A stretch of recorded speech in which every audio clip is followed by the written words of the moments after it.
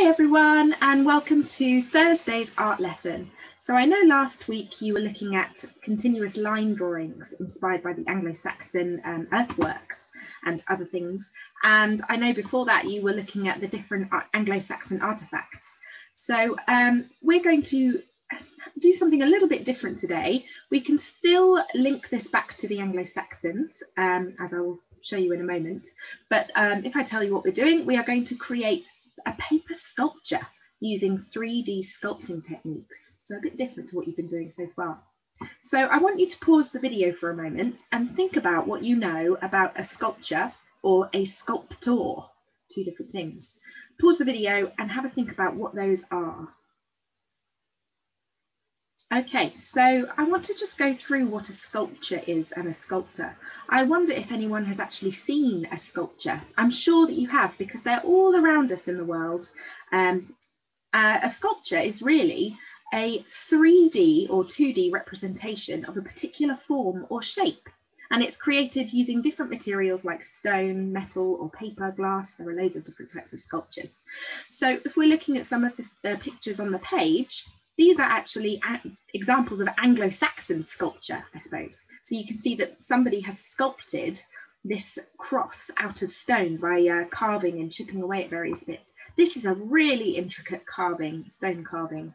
But of course, from looking at our artifacts before, we know that the Anglo-Saxons were great metal workers as well. So they used to sculpt things out of metal. So if that is a sculpture, a sculptor is the person who actually creates the sculpture. And they do that, like I say, by carving or maybe casting. Casting is what they would have to do if it's metal, or using other shaping techniques, depending on the material that they use. And I know in science, you've been thinking about the properties of materials. So you'd have to choose the type of material based on where the sculpture was going to end up, what it was going to be used for. Like, for instance, a decorative belt buckle or a decorative ring, you'd want that to be made out of a really shiny, elaborate, gorgeous substance material. So that's why they choose metal and gold.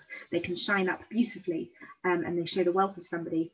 Whereas something that's going to go outside could be made of stone, like this cross, because stone is really hard wearing and strong, and it's kind of weather resistant, although over time it does erode away a little. You might have seen some modern sculptors. The Anglo-Saxons, you know, they inspired the artists that came after them. And so some of the modern day sculptors that you might know of or might have seen is Henry Moore. That's an example of one. He did these amazing, massive, you can't really get the scale of it here, but they're massive reclining sculptures of people. And he would have cast that in, well, maybe not cast it, but he would have created that in stone. He may have cast some of these in bronze as well, so some metal work from him too. And just so you can see how big some sculptures can be, this is Alexander Calder's work, these two pictures here, and he creates these giant metal three-dimensional sculptures, abstract you would say, because it's hard to see exactly what they are. I'm sure he has a rationale for the form, the shapes. So you can just get a sense of how big these are. I mean, that there, where my mouse is, that's a lamppost. And so this sculpture is bigger than that lamppost. So you might have seen some sculptures, whether they're abstract or whether they're people around and about, around and about. We're going to look at paper sculptures today because you won't be able to very easily cast metal or chip away at stone at home, but paper is something that we all do have access to, even if it's your notes that you don't need anymore or your paperwork from previous home learning activities, because you're in week 4 now of learning at home. So you've probably got a lot of old printouts that you don't need anymore, old resources. So you could use all of those, recycle them today, because it's good to reduce, reuse and recycle. And just look at the beautiful things that you can do with sculptures. I was amazed actually when I started digging into this and looking into the different techniques. So we're going to start by doing a bit of practice. I'd call it guided practice. You can have a little go at exploring different paper techniques, sculpting techniques. We're going to be looking at some of these things like cutting, folding, curling, rolling, quilling maybe.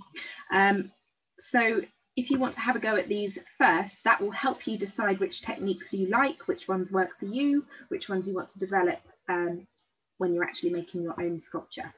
One thing that you will need is a base to work on. So that could be a piece of paper or it could be a piece of card, because then you can stick your practice ideas down and you can practice joining different pieces together so that they're sturdy and so that they're stable. And it means that, you know, when you're finished, things won't roll away.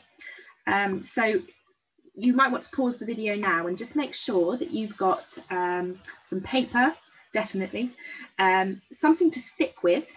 I'll show you a few ideas in a moment. Don't worry if you haven't got glue. There are creative alternatives you can use. Yeah, I'll show you now actually, because it might help you to show you at this point. So I'm going to stop sharing my screen and I'm going to go to, let's just see, I'm going to pin this, good. I'm going to go to my demonstration space. Super, hopefully this is still recording. So as I was saying, you might want to pause the video and get a few things. I've got my base here, which is a piece of yellow paper. I've got lots of different pieces of card and paper, just scrap that I found around the place. I've also got some old wrapping paper here, which is really nice because I don't know if you can see actually, but some wrapping paper has actually got pre-drawn squares on, so that could be really useful. And I've got a variety of things that you could use to stick with. I've got some glue stick there. I've got some sellotape. I've got some blue tack. And if you don't have any of those things, then you could even tear off a piece of a sticky label if you had a sticky label somewhere, because the back of the sticky label has got that gluey substance on it and you can use that to stick down. So have a little think about what you can use. So you can pause the video now and get what you need. Okay, so I'm going to get started with a few different things. Now, just to show you, if you wanted to kind of cut more than one piece of paper at once, that works, because then you don't have to cut everything individually. If you know you're going to need some strips of different sizes, you can put the paper together.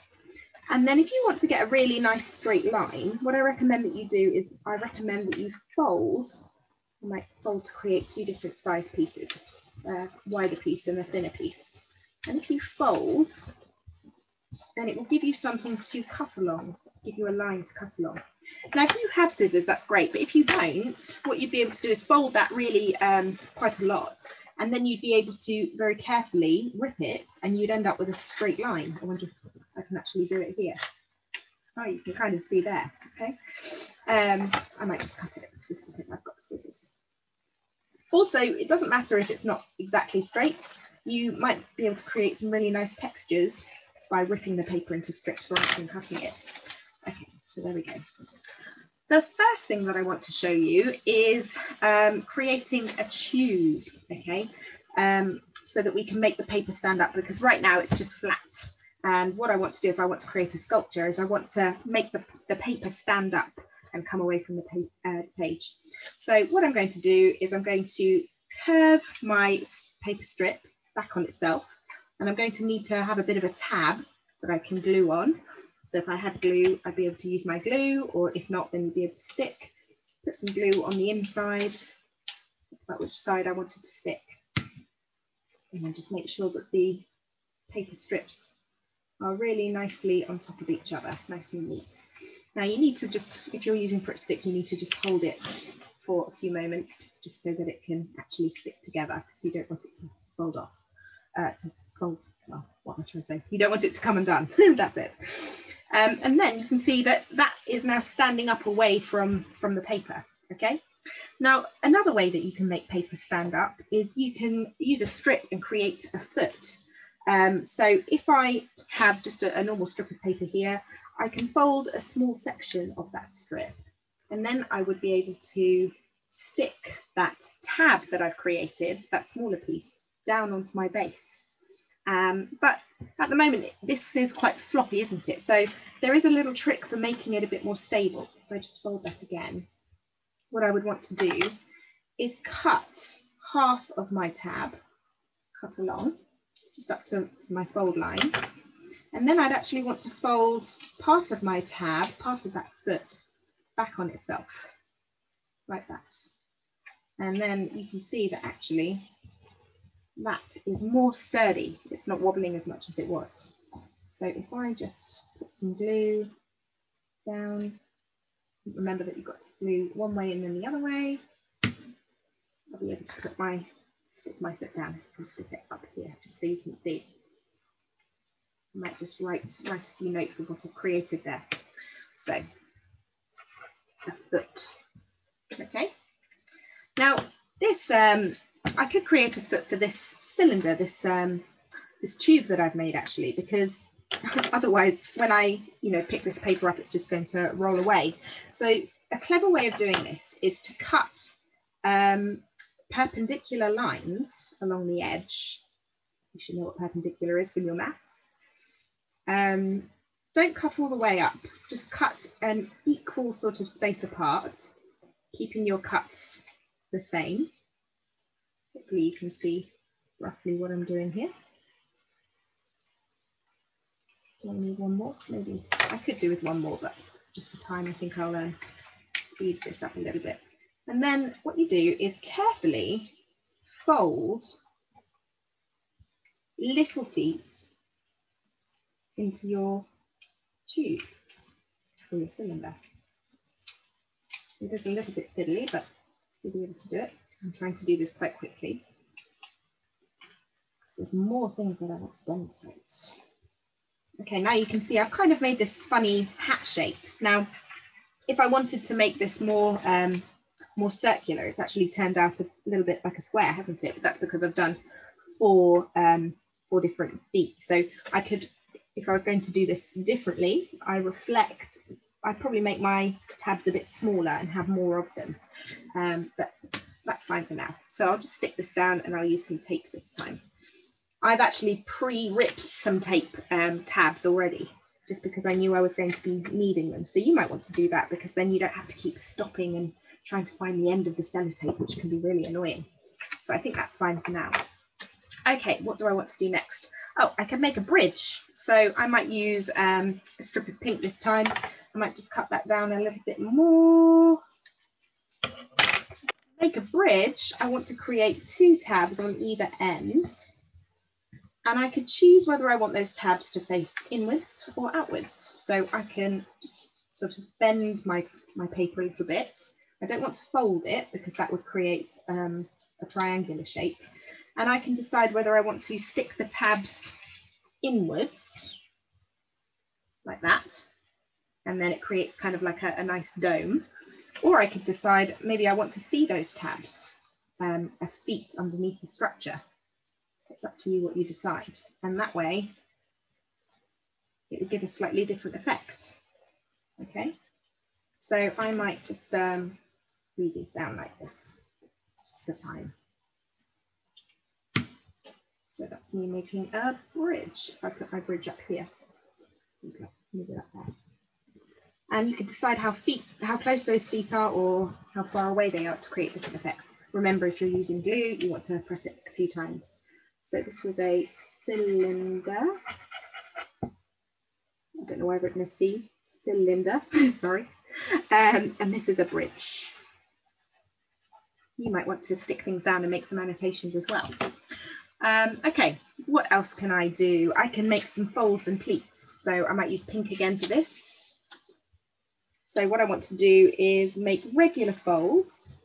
I want to fold one way and then I want to turn over and make another fold that's the same. So I'm going to measure each time.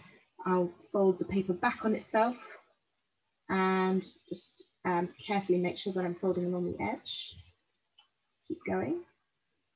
Fold the paper back on itself and then fold the paper back on itself. Now this creates a really nice 3-dimensional texture. And you've kind of got tabs as well. You can decide which way around you want it. There's a tab there. If I use it that way around, it's not so easy to stick if I use it that way around. You have to play with it a little bit, but you can see how that creates a really nice 3-dimensional structure, and it casts lovely shadows, a bit like the bridge and the cylinder, and that's what we want, and that will help us when we come to draw our structures later. So I could choose how I actually want to stick this. If it was a longer pleat, then maybe I could have it almost like the bridge, and it could be like a spiky hedgehog bridge. Or I might decide that actually I want to use the foot and stick it to the tab that I already have, and then it creates kind of stairs. I think that's pretty cool actually, so I might do that, even though I've written words next to it. Okay, so I'm going to put my pleat at the bottom of the foot. I'm going to put a line of glue. Actually, I might use a piece of sellotape just so it's quicker. And hopefully it will stay nice and stable. Yes, look at that. Pretty cool. Okay, there are various other folds and pleats and things you can do. I think what I'm going to do next is show you one more thing, which is called quilling.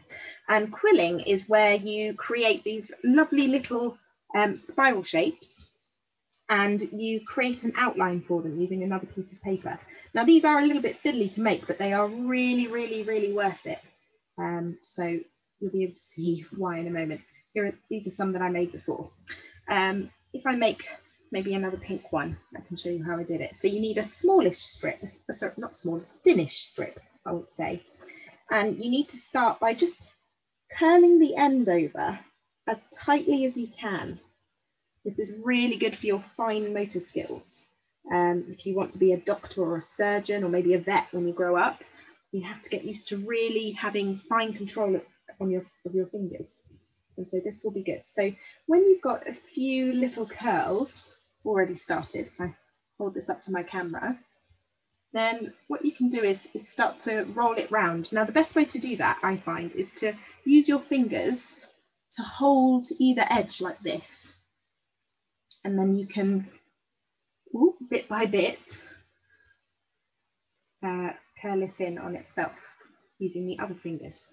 So you can see I've got my fingers holding the curl, and then I've got my other two fingers moving the little spiral round and round and round so that it eats up that strip of paper.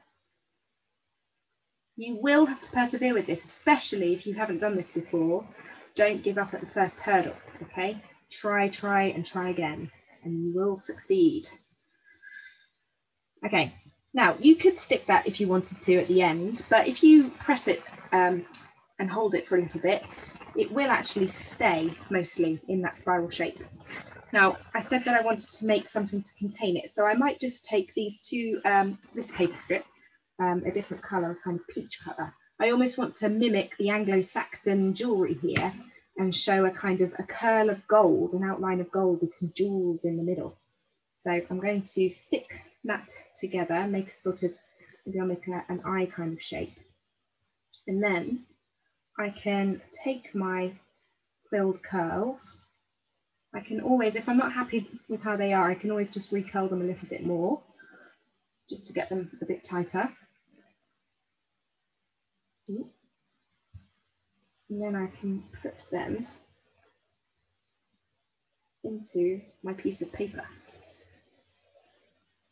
And I might use, I made a blue one earlier, so I'm just going to recurl that one a little bit.